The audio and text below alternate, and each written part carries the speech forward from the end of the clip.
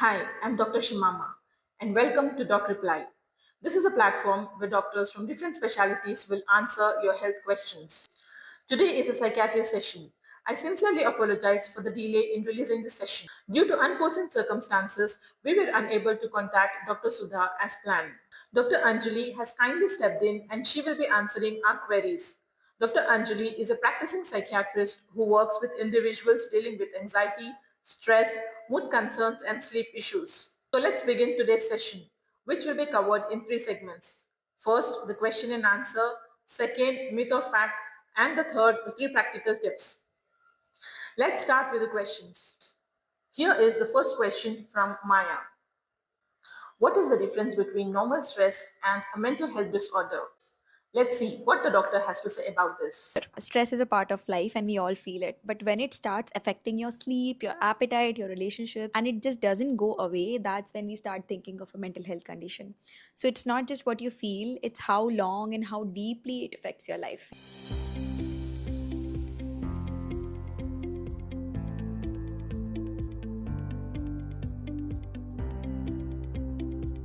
The next question comes from Mowadi.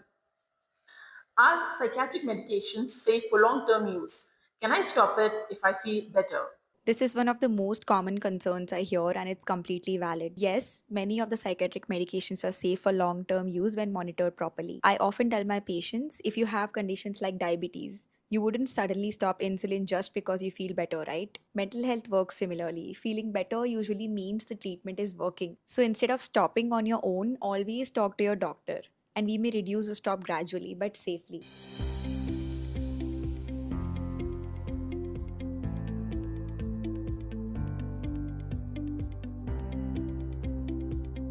Here is a question by Ligina. What is therapy? What happens during a therapy session? Therapy is not about someone judging you or telling you what to do. It's a space where you can talk openly, sometimes for the first time without fear. As a psychiatrist, I help you understand your thoughts, your patterns, your triggers. Over time, you start seeing things differently, and that's where real change begins.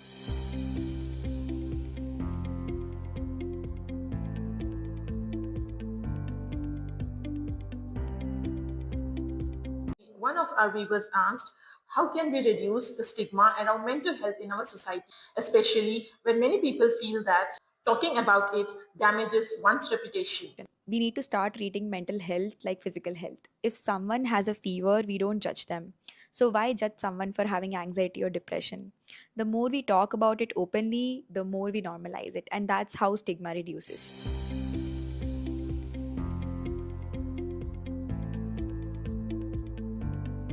We were asked, how can we control overthinking, especially at night?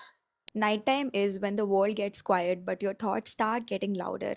One thing I suggest is don't wait until night to deal with your thoughts. Write them down earlier in the day. And before bed, try to slow your body down because when your body relaxes, your mind will follow.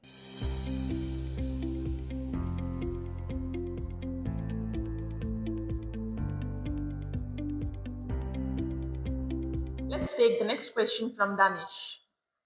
What are the early signs of depression that we often ignore? So, depression doesn't always look like sadness. Sometimes it looks like losing interest, feeling tired all the time, and getting irritated easily, not enjoying things you used to love before. These are often brushed off, but they are really important signals your mind is sending you.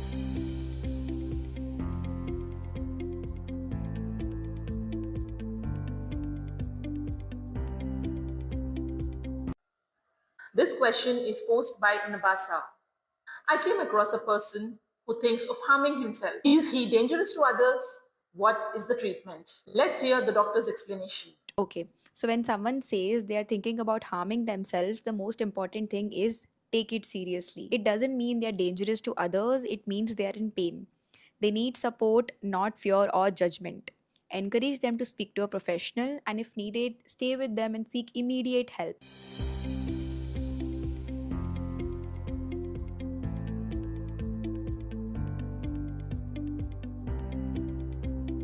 Here is another question asked by Sarah. My question is related to teenage aggressiveness, tantrums, and impatience of them to listen to whatever advice we give. Because of this, parents come under stress. So, teenagers are not trying to be difficult, they're trying to be independent. When they feel unheard, they react. Instead of giving more advice, sometimes listening to them helps. Connection works better than control.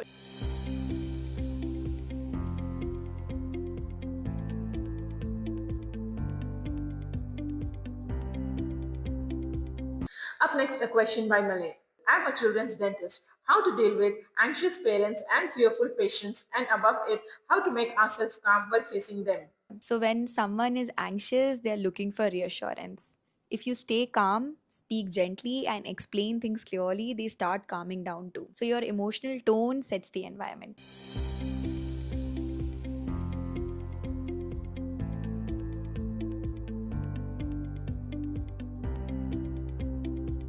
Here is another question from the comment section. Why don't I fall asleep at night?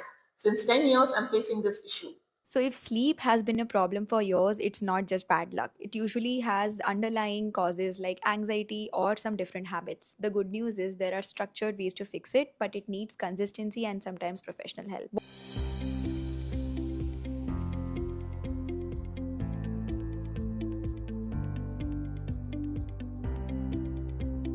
Following question is asked by Monish. What childhood age affects mental health in adulthood? Now, let's hear the doctor's response.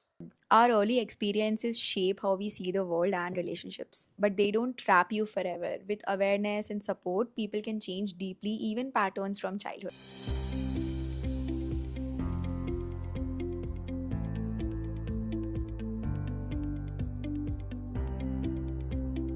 Moving on to the next question. How to handle aggressive or short-tempered person? So, you can't control someone else's anger, but you can control your response. If you stay calm and don't escalate and set clear boundaries with them, sometimes walking away is also one of the healthiest choices.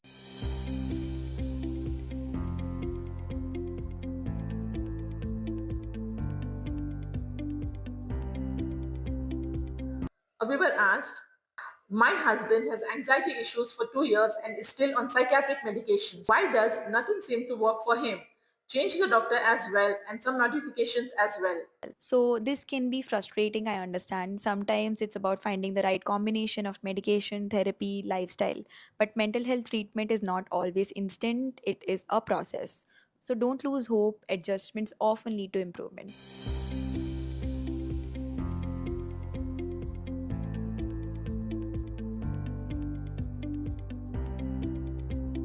This is a commonly asked question. What are panic attack symptoms? How to manage? Them. A panic attack can feel terrifying, like something is seriously wrong, but it's your body's alarm system going too strongly and it passes. Slow breathing and grounding yourself can help you ride it out.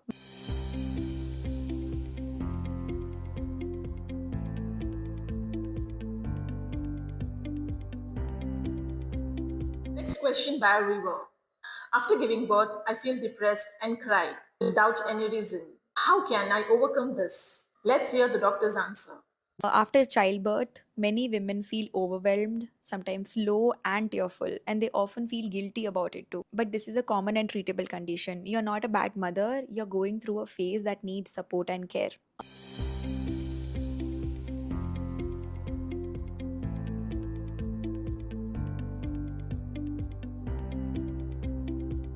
One of our viewers asked, child is getting scared of parents because he was beaten up when young. How can we remove this fear from him?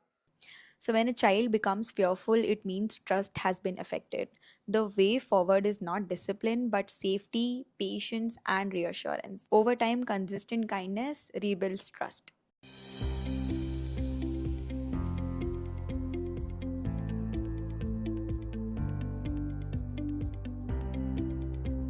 Moving on, we have a next question from Isra.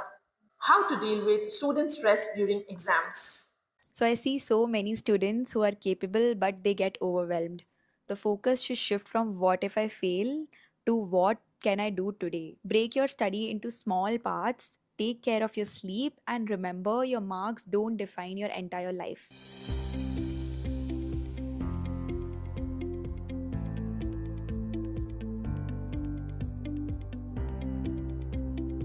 We have received this question from Snehal. How can parents recognize mental health issues in children or teenagers? What are the early alarming signs in children? So, children don't always say, I'm not okay. They try to show it. You might notice changes, them becoming withdrawn, angry, scared, their studies suddenly dropping. And as parents, observing these changes early can make a big difference.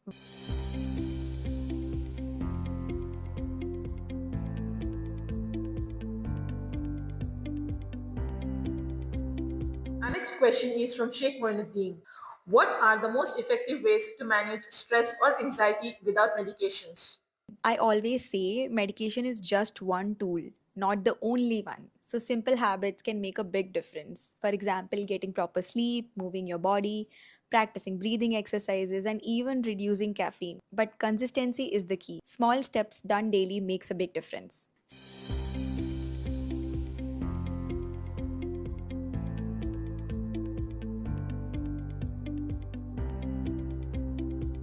This is the last question of the segment by Molly.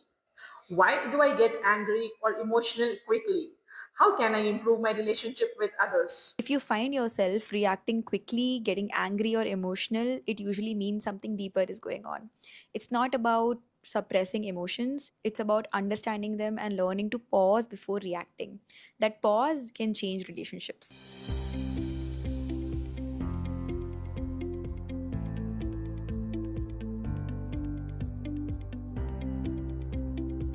Thank you, doctor, for the answers. So this completes our first segment. Let's begin our second segment, myth or fact.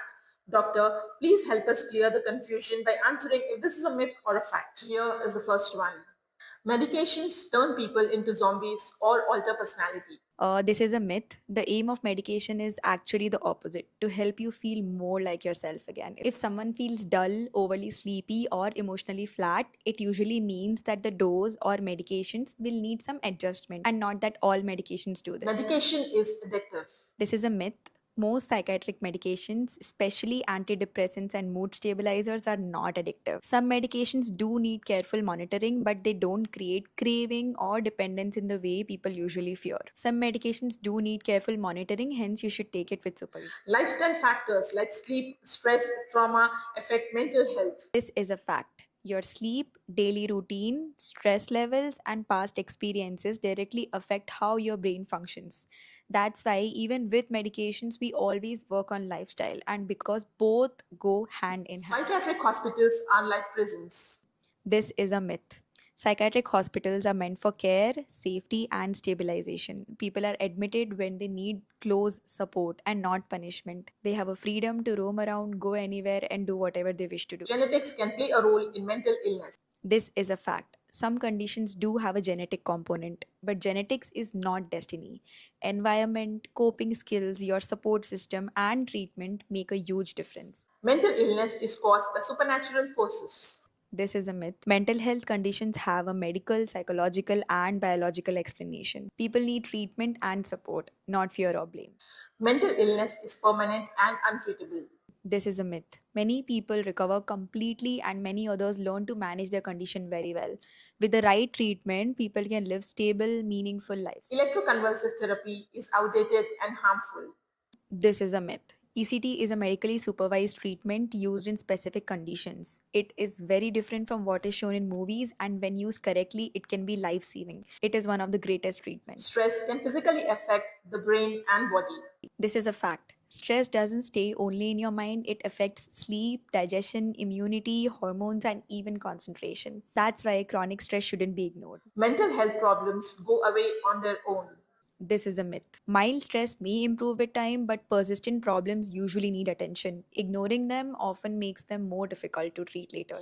Doctor, please share 3 practical tips for a better mental well-being. Tip 1. Take your sleep seriously. Most people underestimate this, but poor sleep worsens your anxiety, your mood, your irritability, and even overthinking. Fixing sleep alone can improve a lot. Second, move your body every day. You don't need a gym. Even a 20-30 minute walk can reduce stress. I tell a lot of my patients to even walk 15 minutes post their breakfast, lunch, and dinner. That makes 45 minutes of walking, and it changes a lot. Third, don't keep everything inside. talk to someone you trust. And if there are things that are affecting your daily life, please don't hesitate to seek mental health support. So here we are coming to an end, and there's only one thing I would like to say, that most people wait too long before taking help. If something here felt familiar and you got some help, do share it with others too. Thank you, doctor, for those golden tips. That's the end of our session. I sincerely thank our audience for their questions, and Dr. Anjali, thank you for your valuable time and detailed answers. To our viewers, Dr. Anjali consults online through a platform Minded, where people can easily access structured psychiatric care, therapy guidance, and ongoing support. If you are in need, you can book a consultation with her. The link is provided in the description. Thank you for watching. Hit subscribe for more informative videos and stay tuned.